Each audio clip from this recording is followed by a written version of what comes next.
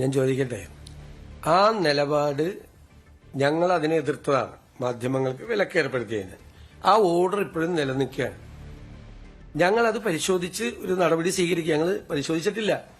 ഞാൻ ചോദിക്കട്ടെ, ഇത് എത്ര ദിവസമായി നമ്മൾ വന്നിട്ട്? ഞങ്ങൾ അതിന്റെ ഇടയിൽ ഗവർണറുടെ നയപ്രഖ്യാപന പ്രസംഗം, അതിന്റെ നന്ദി പ്രമേയത്തിന്റെ ചർച്ച, വൈറ്റ് പേപ്പറിന്റെ അവതരണം, ബജറ്റിന്റെ പ്രിപ്പറേഷൻ, നിരവധി ഗ്യാരണ്ടിയിൽ പറഞ്ഞ കാര്യങ്ങൾ ചെയ്യുന്നതിനുള്ള നടപടിക്രമങ്ങൾ, ഇതെല്ലാം ചെയ്തുകൊണ്ടിരിക്കുകയല്ലേ. ഞങ്ങൾ ആ കാര്യത്തിൽ ഒരു നടപടി സ്വീകരിക്കും.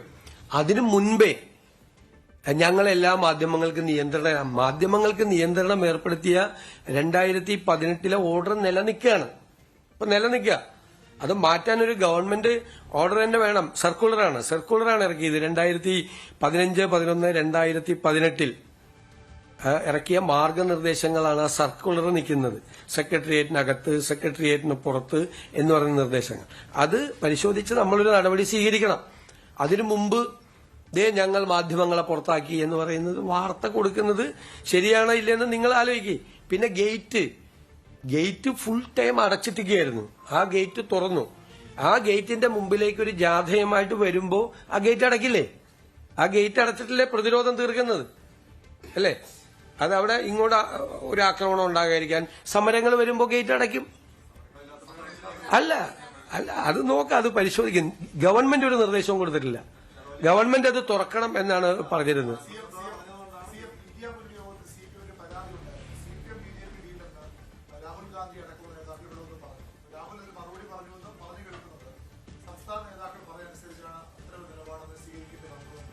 എനിക്കറിയില്ല. ഞാൻ ആ യോഗത്തിൽ പങ്കെടുത്തില്ല. അതിനെക്കുറിച്ച് ഒരു റിപ്പോർട്ട് എനിക്കറിയില്ല. ഞാൻ അദ്ദേഹത്തോടൊന്നും സംസാരിച്ചില്ല. അദ്ദേഹത്തിന് കേരളത്തിലെ പൊളിറ്റിക്സ് അറിയാമല്ലോ, തീർച്ചയായിട്ടും. അതിന്റെ നടപടിക്രമങ്ങൾ നോക്കിയിട്ട്, അതിന്റെ കോടതിയുടെ പൊസിഷനും മറ്റു കാര്യങ്ങളും ഒക്കെ നോക്കിയിട്ട് നമ്മൾ തീരുമാനമാണ് നമ്മളെടുത്ത്.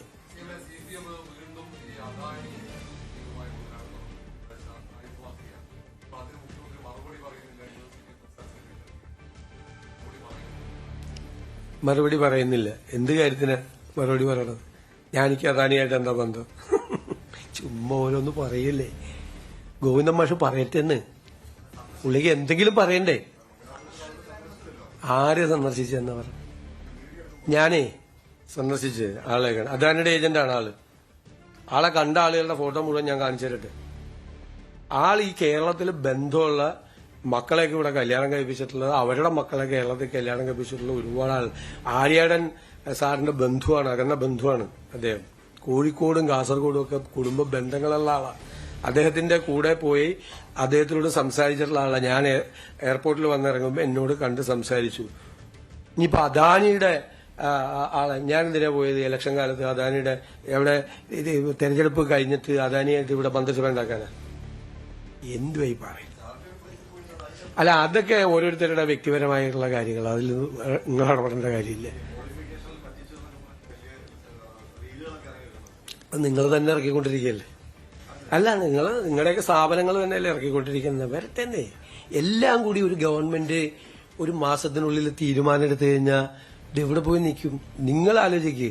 ഇത്രയും വേഗത്തിൽ തീരുമാനങ്ങൾ എടുത്തൊരു സർക്കാരില്ല. മനസ്സിലായില്ലേ? തീരുമാനങ്ങൾ എടുത്തൊരു സർക്കാരില്ല ഇത്രയും വേഗത്തിൽ. ഞാൻ ഇനി വേറെ കാര്യം ചോദിക്കുക. ഈ 2500 രൂപ, അല്ല 2500 രൂപ പെൻഷൻ വർദ്ധിപ്പിക്കും എന്ന് 5 കൊല്ലം മുമ്പ് പറഞ്ഞിട്ട് 4.25 കൊല്ലക്കാലം ഒറ്റ പൈസ കൂട്ടിക്കൊടുത്തില്ല. കൂട്ടിക്കൊടുത്തോ? കഴിഞ്ഞ ഗവൺമെന്റ് കൂട്ടിക്കൊടുത്തോ? എന്നിട്ട് തെരഞ്ഞെടുപ്പ് പ്രഖ്യാപിക്കുന്നതിന്റെ തൊട്ട് തലയാഴ്ച ഒരു 400 രൂപ കൂട്ടിക്കൊടുത്തു. അതുപോലത്തെ കാര്യങ്ങൾക്കാണ് ചോദിക്കേണ്ടത്. അത് ഞാൻ മുൻ മുഖ്യമന്ത്രിയോട് നിങ്ങൾ ആരും ചോദിക്കണേ കേട്ടിട്ടില്ല. ചോദിക്കണ്ടേ?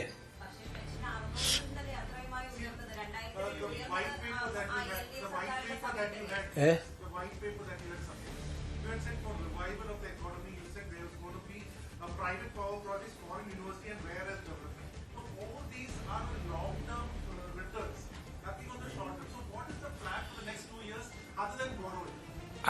I am going to present the budget. Please wait. Because we have already stated that we are in a trouble. That is, it is very clear that 35,000 crores of plan, 20,500 crores are not there. That was a wild guess. from the 16th Finance Commission, the last finance minister expected 14,000 crores as revenue deficit grant. But unfortunately, the 16th Finance Commission decided not to give the revenue deficit grant. The last government received 55,000 crores as a revenue deficit grant. But we are not getting anything from the 16th Finance Commission. Another thing, the last finance minister expected 2.8% devolution of taxes. Unfortunately, we got only 2.32. More than 5,000 crores we have to find out. And another 600 crores grant. So 20,500 crores are not there in the plan. That is the fiscal situation we are facing. Unexpected situation. Nobody expected such a situation. We have to make 20,500 crores to implement the plan. That is a fiscal situation. Not a single government never faced such a situation in the history of Kerala.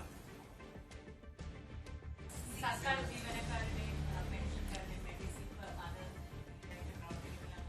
പരാതിയില്ല. ആ പദ്ധതി പരിശോധിക്കുകയോ താൽക്കാലികമായിട്ടെങ്കിലും അവർക്ക് പരമായിട്ടുള്ള നടപടികൾ ഉണ്ടാവുകയും മെഡിസപ്പ് പദ്ധതി എന്തായാലും പുനഃപരിശോധിക്കും.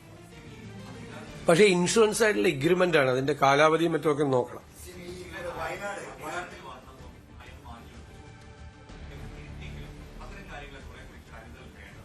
അല്ല, ഞാൻ എന്താണ് നിങ്ങൾ അന്ന് എന്നോട് ഈ വിഷയത്തെക്കുറിച്ച് ചോദിച്ചപ്പോൾ പറഞ്ഞത്? അത് പരിശോധിച്ച് വേണ്ട നടപടി സ്വീകരിക്കുമെന്ന്. നടപടി വന്നില്ലേ? ഞാൻ നടപടി വന്നില്ലേ? ഞാൻ ആദ്യത്തെ പത്രസമ്മേളനത്തിൽ പറയുന്നുണ്ട്, ഗവൺമെന്റിന്റെ ഭാഗത്ത് നിന്ന് ശരിയും തെറ്റുമൊക്കെ ഉണ്ടാവും. തെറ്റുകളുണ്ടെങ്കിൽ നമ്മൾ ശ്രദ്ധയിൽപ്പെട്ടുമ്പോൾ നമ്മൾ കറക്റ്റ് ചെയ്താൽ മതിയല്ലോ, ഏത് കാര്യമാണെങ്കിലും. അതിനെന്താ, കറക്റ്റ് ചെയ്തില്ലേ? വയനാട് പുനരധിവാസവുമായി ബന്ധപ്പെട്ട് ലാപ്സ് എന്ന് പറയുന്നത് വയനാട് കളക്ടർക്ക് ചീഫ് സെക്രട്ടറി ഓഫീസിൽ ADയും ഡിസാസ്റ്റർ മാനേജ്മെന്റ്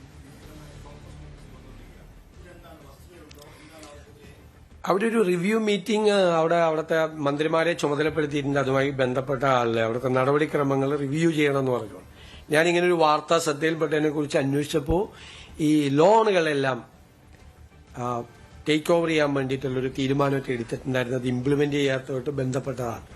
അത് ഇപ്പോൾ ബജറ്റ് കഴിഞ്ഞാൽ ഞാൻ തന്നെ ഒരു റിവ്യൂ മീറ്റിംഗ് അവിടുത്തെ ഗവൺമെന്റ് ചെയ്യേണ്ട ഒരുപാട് കാര്യങ്ങളുടെ പരാതിയുണ്ട്. അവിടെ വ്യാപകമായ പരാതികളുണ്ട്.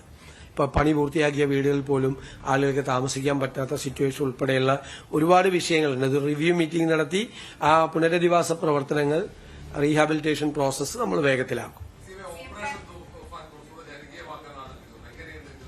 അത് ആഭ്യന്തര വകുപ്പിന്റെ നേതൃത്വത്തിൽ നടക്കുന്ന പരിപാടിയാണ്. ഇനി വിവിധ വകുപ്പുകളെ ക്രോഡീകരിച്ചുകൊണ്ട്, അതായത് police, excise, general education, higher education, local self government, എല്ലാ വകുപ്പുകളെയും കൂടി ഏകോപിപ്പിച്ചുകൊണ്ടിട്ടുള്ള വലിയ പദ്ധതികൾ വരും. ഇതിന്റെ അകത്ത് രണ്ട് പാർട്ടാണുള്ളത്. ഒന്ന് എൻഫോഴ്സ്മെന്റ് പാർട്ടാണ്. എൻഫോഴ്സ്മെന്റ് പാർട്ട് ഇംപ്ലിമെന്റ് ചെയ്യേണ്ടത് ഹോം ഡിപ്പാർട്ട്മെന്റും എക്സൈസ് ഡിപ്പാർട്ട്മെന്റുമാണ്. രണ്ടാമത്തത് അവയർനെസ് ക്യാമ്പയിനാണ്. ആ അവയർനെസ് ക്യാമ്പയിൻ ബാക്കി എല്ലാ ഡിപ്പാർട്ട്മെന്റുകളും എൻജിഒമാരും, ഞാൻ പറഞ്ഞു, ഇപ്പൊ ഞങ്ങൾ പ്രീ ബജറ്റ് ഡിസ്കഷന് മഹിളാ സംഘടനകളെയും യുവജന സംഘടനകളെയും എല്ലാവരെയും വിളിച്ചിട്ടുണ്ടായിരുന്നു. ഞാൻ അവരോട് റിക്വസ്റ്റ് ചെയ്തു, നിങ്ങളും കൂടി അതിന്റെ പാർട്ടാവണം. അപ്പൊ അവരെല്ലാം സഹകരിക്കാന്ന് പറയുന്നുണ്ട്.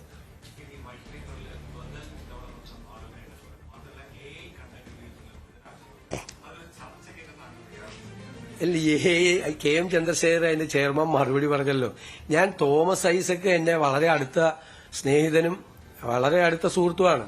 തമാശ പറയാറുണ്ട്. ഇങ്ങനത്തെ തമാശ പറയൂ? കൊണ്ടാണ് ഇത് ചെയ്തത്. 172 പേജ് ഇത്ര ദിവസം കൊണ്ട് എങ്ങനെ ഉണ്ടാക്കി? 172 പേജൊക്കെ ഉണ്ടാക്കാനുള്ള കപ്പാസിറ്റി ഗവൺമെന്റിനുണ്ട് 10 ദിവസം കൊണ്ട്. ഞങ്ങളത് ചെയ്തു. ഒരു ഉപയോഗിച്ചിട്ടില്ല എന്ന് കെ ചന്ദ്രശേഖരൻ പറഞ്ഞു. ഇനി ഉപയോഗിച്ചാൽ എന്താ തെറ്റ്? ഞങ്ങൾ ഉപയോഗിക്കും ഇനിയുള്ള കാര്യങ്ങൾക്ക്. ഇതിലുപയോഗിച്ചിട്ടില്ല.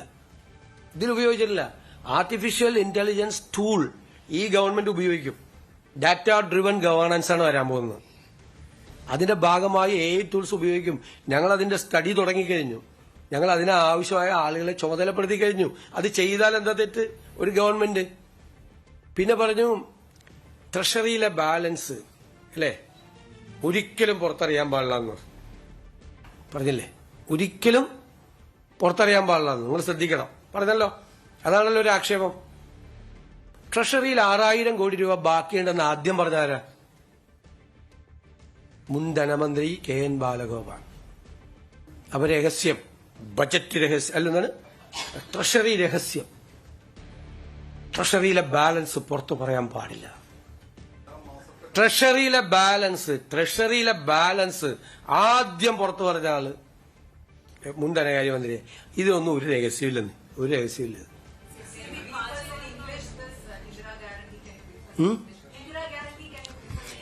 Indira Guarantee, the first cabinet meeting, we have taken a decision to implement 2 guarantees, which we out of 5, which we have offered during the election time.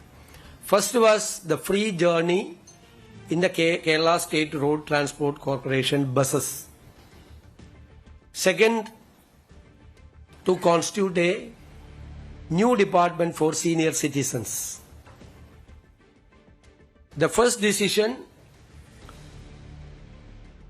we have taken a decision today itself to implement this project from 15th June onwards. 15th June onwards, in all the ordinary buses in Kerala, they will get a free travel. There is no condition, age, and the transgenders also. They will also get this benefit. കൂടുതൽ വാർത്തകൾക്ക് news 18 Keralam YouTube channel subscribe ചെയ്യുക.